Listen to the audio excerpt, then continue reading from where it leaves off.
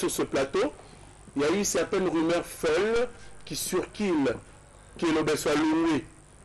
Wenge Musique à Maison Mère, voilà, là c'est Fifi qui part. Merci Fifi de venir. Elle a aussi décoré ce plateau, elle pouvait quand même rester honorable. D'habitude, il n'y a pas de chômage. Moi, Kanda, Mawa, d'habitude mélancolique, je ne sais pas quoi dire. Qu'est-ce qui se passe, mon cher ami? On a Wenge Musique à Maison Mère. Bac l'oiseau, c'est là on a parlé. On le bon a souka. On le bon a souka. Si quoi yo yo yo sabsoni. Premièrement, na pesi bato wala ndanga partout na mitu na monde. Bato wala ndanga partout na monde na pesi ba mbote, ba bon week-end. Na pesi ba bon week-end na maman pasteur maman Sidéji Mampata. Na pesi ba bon week-end. Le patron orchestre Wenge Musique à Maison Mère, que moi je l'appelle le patriarche de cet orchestre et le roi de la forêt là où il se trouve, avec toute sa délégation, Sankara des comptes avec sa femme aussi. Je n'oublie pas aussi de saluer Exaucé Glady. Merci, vous n'allez pas saluer toute la famille. Hein? Arzad Matouba, bonjour. Na 6 nantin? Te, Babilo, non, yé nangoana, où est la plateau de télévision? Je me suis habillé en noir. Il faut comprendre. La latine noire bana likolo tina se. Toni ton na yaka na ga nesengo na ga nesengo. Na nesengo ta mukiti. La couleur noire reflète quoi selon vous? Le malheur, hein? Deuil, matanga. Hein, c'est ça, Mawamoko, problème. Voilà, merci. Mutilé Nzambe. Celui qui tue par l'épée périt par l'épée. Je ne suis pas là pour être humilié à chaque fois. Qu'il y a un certain gars qui passe à la télé, avec dans cette chaîne ici, une grande télévision comme la RTGA, on lui a confié un espace pour faire les émissions. Il a fait les émissions 2 jours similaires en m'insultant, en citant mon nom à la télé. C'est ça qu'on appelle la diffamation des mœurs. C'est un espace exclusivement Wenge Musique à Maison Mère. Écoutez, je suis un citoyen congolais. Ce qu'il a fait là, c'est la diffamation des mœurs. Je n'ai même pas le temps de citer son nom à la télé, tout le monde le sait, ce qu'ils ont fait pour moi. Mais ce que je dirais, étant qu'il obéit, que je suis, la justice de Dieu fait la chose dans ce pays. Non, il ne faut pas pleurer à la télé, mon cher ami. Tigre, toi la TV, Zoé esprit Oyoza, ça fait très mal hein, quand tu dis des choses comme ça. Moi, je veux faire que mon travail de poser certaines questions. Oui. Je ne suis pas créé pour être humilié. Dans la famille, dans la bâtue, respectant l'angaï. Nous avons dans la télévision, tu es déjà fait la combat le besso, combat le besso. Pour quelle cause? Ils ont fait j'ai fait l'émission avec votre confrère, Pacho RFI. Quand je viens ici, vous me posez des questions. Moi, je ne vous demande pas de me poser cette question. C'est vous les maîtres de ces plateaux. Vous avez vos questions à vous, moi j'ai mes réponses à moi. Hein? Pacho RFI m'a posé une question. Balobi na biso, ba fanatique à orchestre Wenge Musique à Maison Mère, Beskizengai. Balobi, Pacho RFI, Aïsanga Likamba, posé une question à Obinanga le Besso. Bobeti deve loterie, bozu visate. Bozu visate, premièrement, la fanatique à Wenge Musique à Maison, Beskizenga, Bolimbisanga. Ce qui cette émission avec laquelle l'interview que j'avais fait, si l'interview vous a versé, veuillez m'en excuser, veuillez me pardonner. Voilà, la fanatique orchestre Wenge Musique à Maison, qui est trop plus vite, rapide pour t'inzater. Quand tu RFI m'a posé cette question, le Besso, il y a un mission de Ferry qui a dit que Bobeti devait loterie. Ok, c'est Wenge Musique à Maison Mère. Qui doit le même temps payer sa caution pour les États-Unis. J'ai répondu à Pacho, il ne faut pas toucher des valeurs sûres dans ce pays. Quand on parle de Wenge Musique à Maison Mère, des valeurs sûres. Ah, ok. Wenge Musique à Maison Mère, quand on parle de Wenge Musique à Maison Mère, on va directement le roi de la forêt. Ni le roi de la forêt, c'est l'ambassadeur. Tony Koko, comment le niveau à émission, c'est le montage. Batia partout là, répondre à la marque qui a dénigré l'orchestre. Pour les bâtir une émission mobilisée, les fanatiques à l'orchestre Wenge Musique à Maison Mère. Là, on partout dans le monde. nazolela te mpona makambo basali nga nazolela na bomoto na ngai nde bazosala nde baza kohumilie nga parce que vie nde toyaka totika vie tokende na biso totika ngo. Tony Coco, je pourrais pas continuer cette émission avec toi quand tu as des larmes. Je vais expliquer.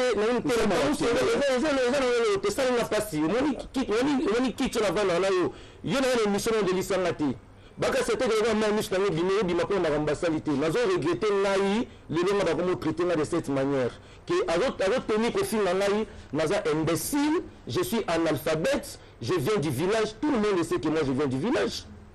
Venir du village, quitter du village, venir s'installer dans la ville. Et ça t'a bouté. Tout le monde se regarde à Mboka. Naouta na Kingabo, Kingabo resika mabe. Na Kingabo bazuna kota mai na même pas la vélo. Hier nous passons une émission de film na vélo.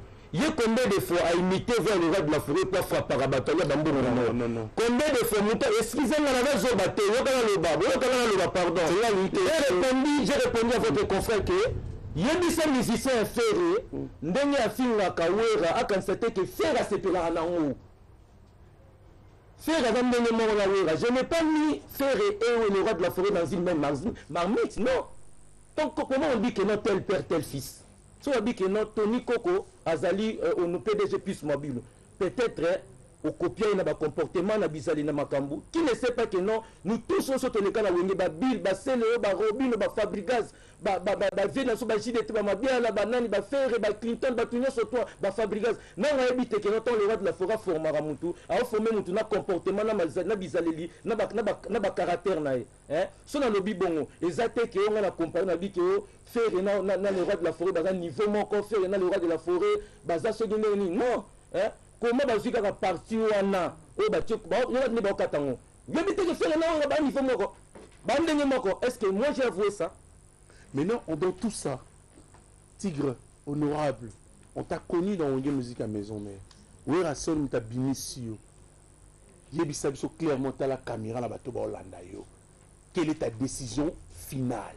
Aucune décision au Longwe Maison Mère. J'ai dit aucune décision. Aucune décision. Et c'est quoi la noire tina c'est pour la nuit? Nasili sazo ke nanga mbango. Pourtant vous m'avez appelé pour parler. Allez-y. Tony, à comme même niveau à Koloba, si j'ai dit que non, faisons l'assainissement pour la ville province de Kinshasa. J'ai insulté qui? Non, on va éviter que tu aies la poubelle na Kinshasa. Si on a le bibon qui est na fini ba konzamboka. Azo go avouer que ba konzamboka ba tala kanaye. Donc il me livre d'être arrêté. Azo livrer la ba kangangai. To ba so ba kanina ba bomi ngai to so na kanina kufi to na bi ba fanatique a orchestre Wenge Musique me bota la kanaye na kuta na fanatique mo to zumula na tubi na kufi ba vie bembe na ba lexi émission to ba ko tia flet to mal bembe na nga et là on ina sa na sali nini et yo ko poser une question ba réponse est nga so na bi ke na mutu kato na otambo na IST monteur a mutu Tony combien de fois moi j'ai acheté des voitures de luxe? J'ai acheté ça parce que je partais en Europe. Mes revenus, ça s'est trouvé en Europe. Si on a dit que nous monter les bêtes, c'est tabou. Si on a dit que nous avons monter les bêtes, au bout de la champagne, je suis villageois, on a mis la champagne. On a mis la mission à Guinée. On a mis la champagne, pourquoi? Je suis obligé d'arrêter cette entrevue. Mais et là on a relevé. Et là on a relevé.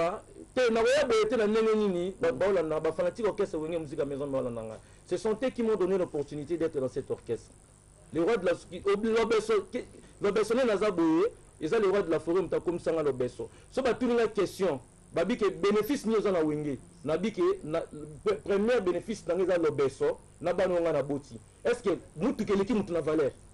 L'Obesso ya le roi sujet na dissertation. L'Obesso ya mutu l'Obesso ya ndako l'Obesso ya nyoso. Azad matuba ibo dalvanga da yebi. Igenzi nga Hollanda biso yebi. Vandu. Yo no zawana. Est-ce ba ko za bo moto no bazu babi que non to kunda toni poto za jeep to za avion. C'est le bon mot à tenir au son avion. Si on a dit que non, la valeur que moi c'est fiston dada. Comme on a dit partout dans Kingabo, Bissika na Utambo qu'on a fait na Kingabo, merci, j'en disconviens pas. Et là on grave Nandimi. On s'élève, je veux dire au revoir. Ah ben la frère on a fait un montage. On a fait un montage comme on a été. Batnous sur les billets. A fait un montage à Makambouana. Donc on a dit malin na malin n'est pas là. Na le bonheur à souka. Les analystes sont s'il te plaît parler. Comme il y a une émission naende ko s'excuser ba fanatique ya Wenge Musique Maison mais ba collègue na ba na ndako tabe to benga tout à l'heure na plateau na pesa ba week-end Olivier ra miel na poto bisika zali ba Nicodème ba nyonso ba anake na pesa na chef na so papi kakol bisika zali to solo ne makambo frère asali montage wana sara na marketing ya orchestre Wenge Musique Maison mère na solo na ililuti iloka sali azui problème sérieux na ngai so le musana ne bébé ça entre monto sa émission na monto sali montage ce sont eux qui ont fait ça ba sali eloko mo ba ça ba fanatique Maison mais ngai na fingi le roi de la forêt makamona so no ba benga partout dans le monde ba papi matala te ba dina ngai que tenir soit tendre apaiser vos esprits wera aza père nayo wera yemta façon nayo so comme le niveau ndingona émission ba ma Maison mais vous savez l'émission 2 jours pour inciter que le beso. Merci beaucoup Tigre de venir hein. Au moins Maison mère na getiko na lobi na yo ko tuna ngai question na kututé question ko tuna ngai on est repousser ngana ba makambo boy non so baté o so baté ba fan na le Maison mère na longa Maison pour la kenda non c'est pas ça la sanction sanction ba ba téléphone yem taper ça ba sanction lui c'est un frappeur non a frappé la comme le roi de la forêt yo on dit machin na mune batika c'est na mukolo c'est na mutamayelit mukolo c'est na le roi de la tata mukolo c'est na excusez-moi itika na pardon s'il vous plaît quand on va finir la télévision je n'ai pas cité le nom de la personne oui nazo loba ngala naza te pona inara humilier chef fan na humilier na kelema pona bomoti vous comprenez frère la salle montage wana merci soda ke ngana otika mokino na bino na ok na bino na promettre yo na mpesa ke mission na loba na vouer yango na le moli chapeau oh mais respect c'est mon production d'état de définition donc ba lukili wana nga nous allons calmer donc ba lukili wana nga so na otika mokino otika ensemble na monteur wana ya émission na monteur c'est monteur qui parti wana na présentateur wana ok na bango otika bangoti. Merci beaucoup. Merci. Il y a trop de bruit, vous allez nous excuser pour tout ce bruit. Voilà, nous nous retrouvons pour la dernière partie de cette émission. Nous allons recevoir Robino Mundibou sur ce plateau avec son groupe, juste pour nous proposer la Nzembo ya Yembi Nakata chiffre 9. Alors, Robino, bonjour. Ouais, bonjour. Ça va? Ouais, en forme. Marambe Kende bien. Chiffre 9 faisait évoluer. Ouais, j'ai évolué Penza Kitoko, donc voilà. Non, on a live, mozo ki manga poani. Toyet. Te live on a luba. Instrument penda. Ah. Na plateau penda, idée na ngande yango wana. C'est un prompteur on a tout planifié en oti. Tout planifié ça yo bino ne ba colo émission. Mais il nous reste quelques minutes seulement. Les Arabes. Tes Arabes, on peut mettre moi ni moi koti. Les lots de moins en retard, mais c'est pas grave, on pourra récupérer ça prochainement. Mais ça va? Ouais, ça va, en forme. Faboulia Sazi, double disque d'or. Tu es au courant?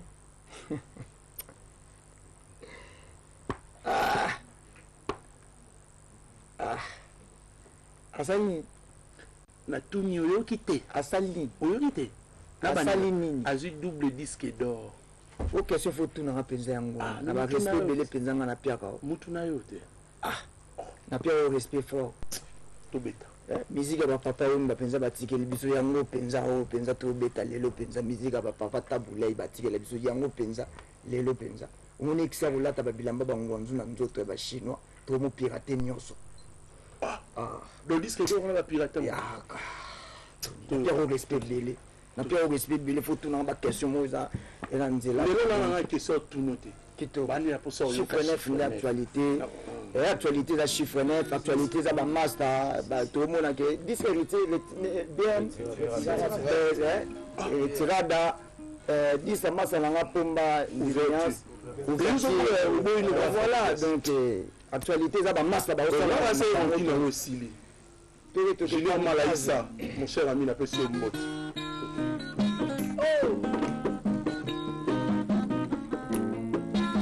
Choli sina lelemela na sentiment sauvetage la monika sina ndimi okufae bato bazoka mwa babengi nga zobae eske bazoka mpondonga na zovalia wakamikaze na bombe na nzoto kobika na ngai esheka misio liwa na ngai valere mosalo oyo na ndima bolingo mawae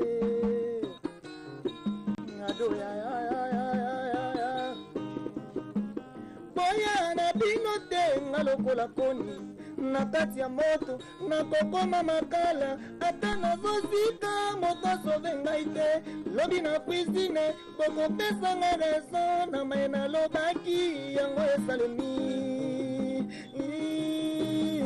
mawae isinga lelo nebala sentiment sobetage namoni kasi nandimi okufa e bato bazokamwa babenginga zoba e eske bazokompondonga nazoyoka liboso atimolaka diamant bato bakanisaka zoluka likelele ntango bamoni libula pusi molai bato basekaka ye babengaka ye bolele ntango abimi na okwango ya motuya e bato bapusani babandi obetele maboko babandi oyembela ye wawa ato yalingaka wawa beta yalinga nzembo miledoya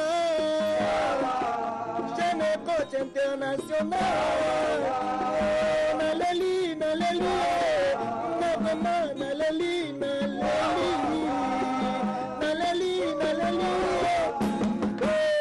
lisinga lelo nebala sentiment soletage na moni kasi na ndimi okufa e bato bazokomwa babenginga zoba e eske bazokokondonga nazoyoka e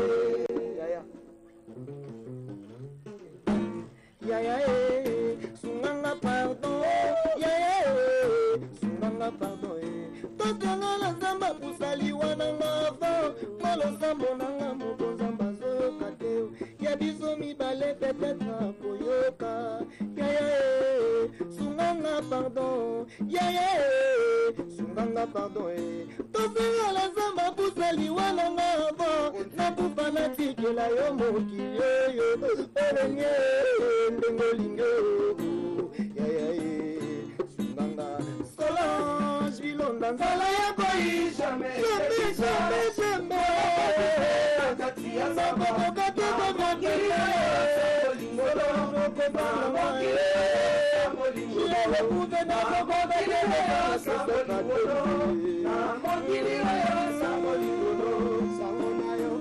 na matoi namoni yango na miso esalinga emotion jerabe titatonanga kaka natoyemba nazolela zoyokelanga te loto na lotaka ya voile loleko mwani nde deceptiono zoto na estandanga lo bilengela liepa na ngai lobeko konepa ya mbanda ezala yango jamais olokobibena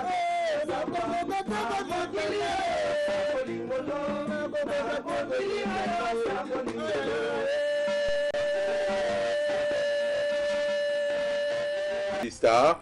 Et vous comprenez l'ambiance avec nos amis. Et je profite de l'occasion, mesdames et messieurs, pour saluer un monsieur. Il est souvent en Angola. Il est arrivé à Kinshasa. Et pour cette production de Fabregas qui est attendue pour le 12 novembre, lui, on l'appelle Mastané. Cheikh Marginal Mobutu. Merci de suivre avec plaisir cette émission. NNB La Panthère, bonjour. Bonjour. Ça va? Ça va très bien. Ah, mon cher ami, Panyamounou. Yandi, Le Congo central. Yombe civilisé. Tout dit va. Aïe, malembe, tabiati. Ah, Roger, on a fait rigoler la chair de poule. Hein? Baby crazy. Ça fait du bien. Hein? Ouais. Les années noirs, nous c'est selon nous. Non, en fait, c'est un single Les Obima. Juste pour annoncer déjà la couleur album Zoya. Mais on a toujours bimé ça déjà en single, déjà d'ici quelques mois. Donc Crazy, c'est le tout dernier NMB au monde incessamment dans Mikolo Zoya et puis na ba fanatique nyonso balinga ngai ba mona moi disparition ezalaki tozaki au préparer tozaki travailler na coulisses et là on est prêt déjà ya ko banda ko lakisa bino babilo tozo préparer et un peu en extrait de bomoni déjà Crazy en passant na déjà merci na frère Nangai, grand frère Nangai, Ferrego, l'impérateur de la rumba congolaise. Donc, Batbaroyo Kapena, Pouani Babenga qui Jésus des nuances. Et puis, Batbaroyo Kamu Congo Vanta, Nenga Rosolo, et puis merci Navi Nangai japonais. Pour la guitare, on a bêti, na évité à bétango, c'est là, solo, intervention rapide, tourner, mais c'est dangereux. Et voilà, donc, JP Kiss, mais c'est DJ Rolls, Bazo Salamoussala, Navango bien. Batubako CP là. donc tonanga quand même to pesa jambo tena ya Willy etoka omoni eloko yangwana na pesa ni Paulo Tudulu tena Angola donc ba fanatique nyonso ya Stéphane Mukulu eloko déjà yangwana to sana déjà Edi Bambi donc crazy ezoya vraiment mabé ezoya vraiment mabé. Pourquoi le choix qu'a fait Rigola?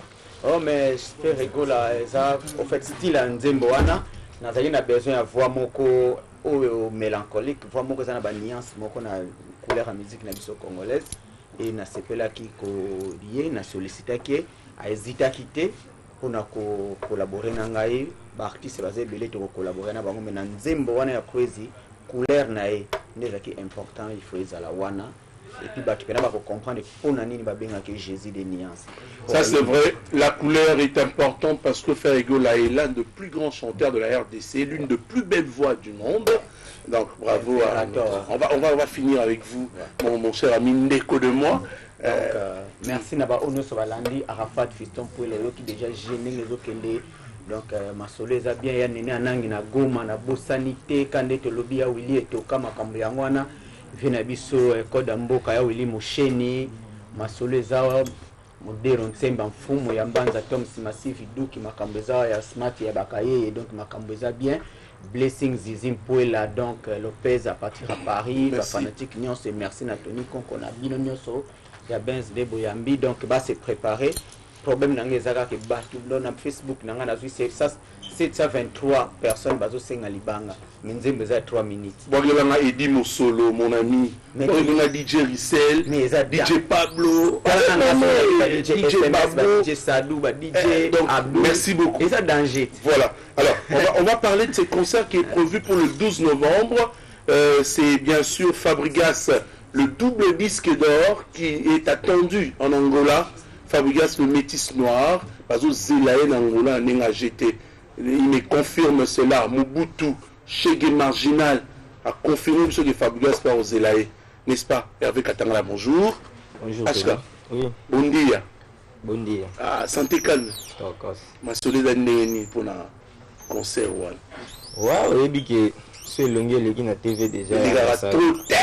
Très discret. Ceux qui la ligue déjà la TV déjà annoncé déjà couleur et spectacle né à la peau tout et spectacle. Habite tout tout ça la spectacle de jamais vu. Donc ceux qui na ligue ils ont déjà pour connaître que maestro le 7 à Rosalana Bissoana na Luanda veut dire toi un concert le 12 novembre Atlantico comme jamais vu. Donc deuxième fois. Pour la deuxième fois. Tout à l'heure, balinga classe, on a concert à classe, concert à famille, bandero nyonso oyo balinga Fabregas et batutu oyo balinga musala Hervé Katanga la salaka. Atlantique yangwana donc Zénith totikala lango na Afrique yangwana quoi. Donc ils ont concert à Mbelingate. Donc concert yangwana donc rendez-vous za moko na Luanda le 12 novembre biso to Atlantique. Concert à Mbelingate bongo moi genre ils ont concentré donc organisation bien été bongo donc ils ont concert bien fait donc marambo tout carré au Sakalatine. D'accord, alors je n'appelle Fiogo Barsani très rapidement. Ouais, Tony Koko, bonjour, puis bonjour aux téléspectateurs, aux visiteurs, et puis félicitations à le pas boss dans le patron dans maestro Fabro, na ba disque disque d'or. Ezaka musala auto salaki yango moni abinanga jina kendo lobaka na batu be disque d'or wana eza light music donc disque d'or wana eza light music donc merci na wa fan tout o balinga maestro Fabro ndenge vraiment bonjour guitare osomba ba double CD na bino wana tala lelo résultat yango mona ndako lobaka adage moke ils sont punis par mon talent donc ba retomber yango bozomona donc na on appelle ça vraiment programme. Pour Babi Luanda déjà tombé, bon déjà Hervé Katangala, Chege Marginal, Baza, déjà, ma plate en qui déjà pour un événement, les 4 déjà light music, tous déjà la 4 à Luanda, tous à la 4 à Luanda, les 6 tous à la barbecue, les 7 et vous allez arriver à Emuro Maestro, Fabre na 4 à Angola, et puis les 12 tokobeta bongo na Atlantique po ekoma nango déjà momesano le 12 boya vraiment ebele nayebi ke bafisto ya baluka bakozala wana bakongo ati Sébastien bakozala wana vraiment tokutana wana le 12 na kati ya Atlantique et puis semaine oyo kolanda tokota bongo na Lukapa. Donc d'ailleurs nous sommes dans maestro d'ailleurs tout à l'heure on a spot bien réalisé par HK. Ouais on maestro Fabre c'est la biso le 12 na kati ya Atlantique. Quant à moi pour David Loutete, ça l'a été. Quant à moi pour finir, le week-end, on a David Loutete, le beau connaît Sarabatu Bakata en Ngote, ainsi que Christian Kanumbi, Serge Nabiso Yves Mbouyulu, et Tidia Picho, Bureau Nabiso Mobimba, et Hérité Sinamo, FBI Bambo, te place. Merci, on va revenir. Merci beaucoup avec le disque d'or. Au moins qu'ils sont vraiment punis par son talent. Parole du maître. HK, Nabandi, il va souka to kabona. Yuto mtoloba mingite. Ouais, il va souka zara. Merci d'abord. Na maman Landaku, Fanny Lumbu, Keina, qui est venu ma bande de surtout au bazar organisation à Luanda. Donc, on est là, Moussa les Osal et ma calamité tous ensemble, Eddie Bolondo. Donc, ma pas de temps quoi. Alors, il y a Bébé Bouchou, tellement réclamé. Fabrice Sepsenga, il y en a eu samedi, il y a le 6, hein? Mais il y a le 5 novembre. Tellement toujours fêté, disque d'or, Bébé Bouchou, ça va? On va attendre il y a Fabrice que ça va double disque d'or. On va se séparer très rapidement. Vous grattez un peu.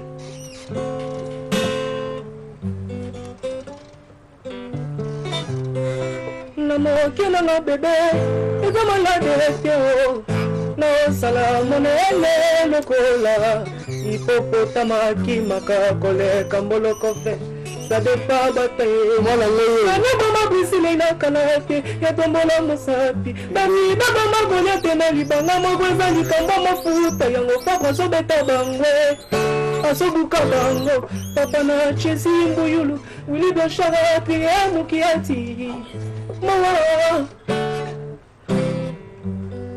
ngozo kinga bonga zalaki sukali lelo tobalani mon bébé yo komio negligenga pourquoi bolingo nyokolaka moto ya lingi notre bébé mama mona ngaye na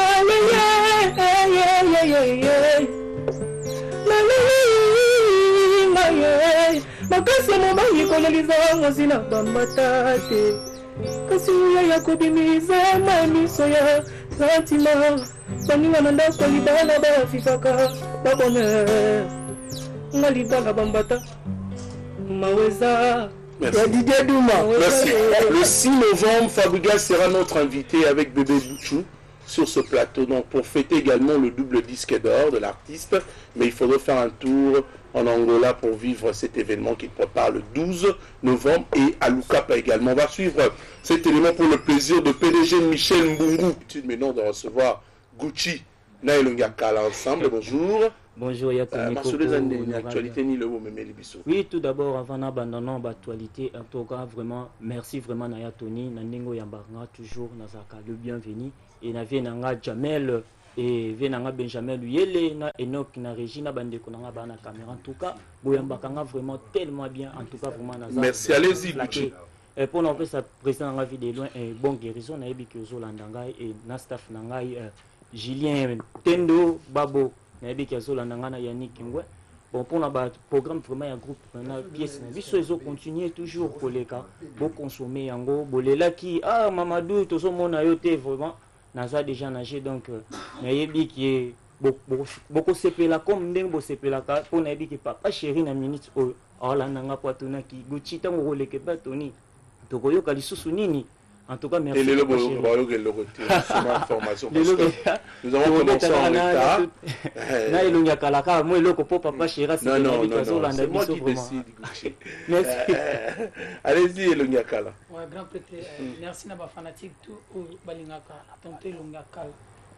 Autrement dit, capitaine de l'équipe, il y a un groupe angolais, mon prêtre, Megaboul Baboula part. Esprit ma bé. Mais je l'ai lu, esprit ma bé. Il y a tel full boss. Na bois côté lelo.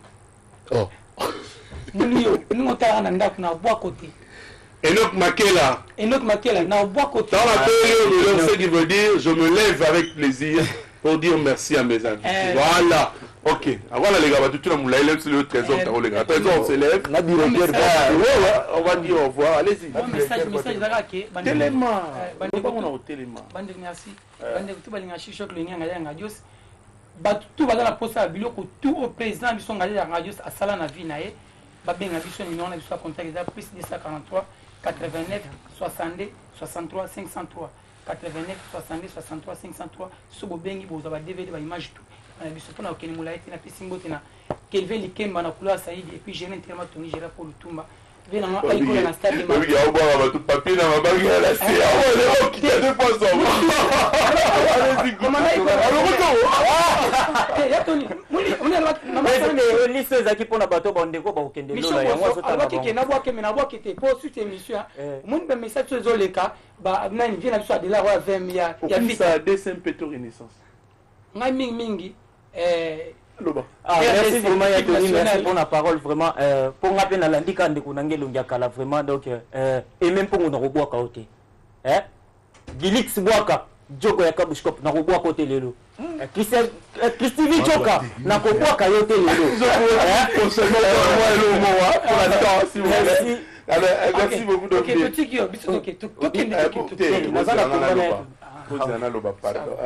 Junafa, mesdames et messieurs, annonce la sortie de son nouvel album, dont la chanson Mystère de Tchatcho, à Embeli Kofi Olomide, le Quadracoraman. Donc, Junafa qui annonce la sortie, bien sûr, de cet album, Mystère de Tchatcho, à Embeli Kofi Olomide, qui va te bel au penser ce que vous venez de la Kofi Olomide, la moni artiste à Congo, Brazzaville. Andomi Binaem pour la Kofi Olomide, Kofi chante. Non, pardon, c'est lui qui chante pour Kofi Olomide. Ça, c'est une belle chose. Suspension direct déterminée avant ton azon au Sénégal. So ba tout boy inoti na suka Satan comme na ngambuna. Na Satan. Avant voter pour la Satan na ngambuna. Ngala nzambe na Satan. Allez, on va retrouver juste après.